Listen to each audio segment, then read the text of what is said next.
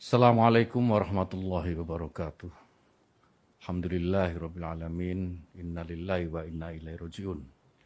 Bapak Ibu sekalian, ketika pertama kali saya mendapatkan berita bahwa saya harus menerima amanah sebagai salah satu pembantu Bapak Presiden dan Bapak Wakil Presiden di kabinet ini sebagai Menteri Agama, tentu yang saya rasakan adalah kaget.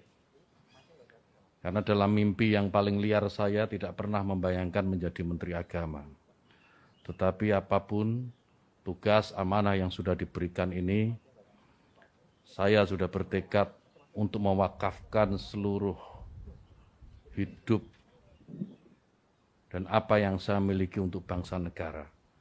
Dan kebetulan sekarang mendapatkan kesempatan melalui Kementerian Agama, saya akan melakukan apa yang paling baik untuk bangsa dan negara ini.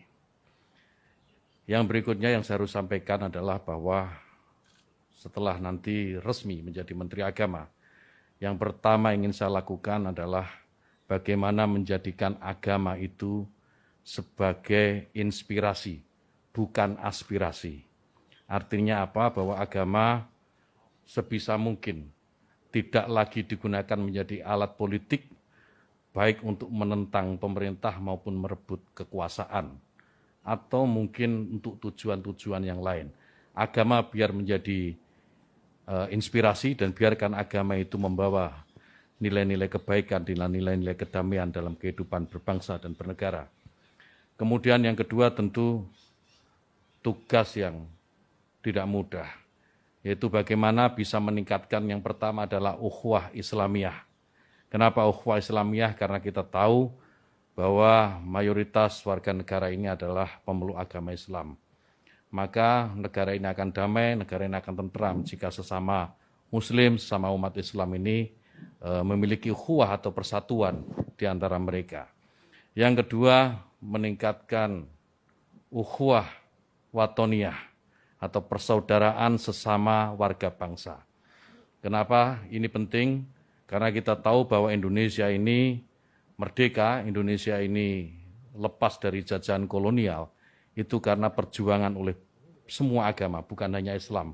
Umat Muslim, kaum Kristiani, Hindu, Buddha, Konghucu, dan semua agama yang ada di Indonesia, pada waktu pergolakan kemerdekaan mereka terlibat. Sehingga maka penting ukhuwah watoniyah ini kemudian kita bangkitkan kembali agar tidak ada satu kelompok pun, tidak ada satu agama pun yang mengklaim merasa paling memiliki negara ini. Semua berhak memiliki negara ini. Kemudian yang ketiga, ukhuwah basyariah, persaudaraan atau persatuan sesama umat manusia. Saya sering mengutip dalam beberapa kesempatan apa yang disampaikan sahabat Nabi, sahabat Ali karamallahu wajhah, bahwa mereka yang tidak saudara dalam iman adalah saudara dalam kemanusiaan. Ini saya kira penting untuk menjadi kesadaran bagi seluruh warga bangsa ini. Jika ini dilakukan, maka saya meyakini ke depan Indonesia ini akan jauh lebih tentram dan pembangunan yang tadi sudah disampaikan oleh beberapa calon menteri tadi, itu akan lebih mudah untuk diwujudkan. Kemudian yang ketiga yang tidak kalah penting adalah bagaimana bisa memajukan pendidikan agama di lingkungan Kementerian Agama. Pendidikan agama apapun, termasuk tentu di dalamnya adalah pondok pesantren. Bagaimana pondok pesantren bisa didorong mandiri dan pada akhirnya akan melahirkan kader-kader terbaik bangsa.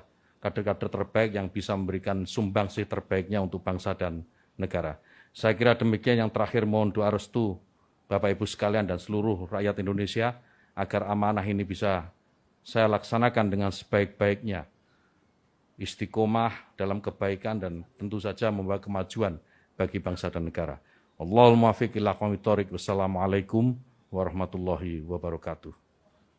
Terima kasih Pak Gus Yakut. Berikutnya Pak Sakti Wahyu.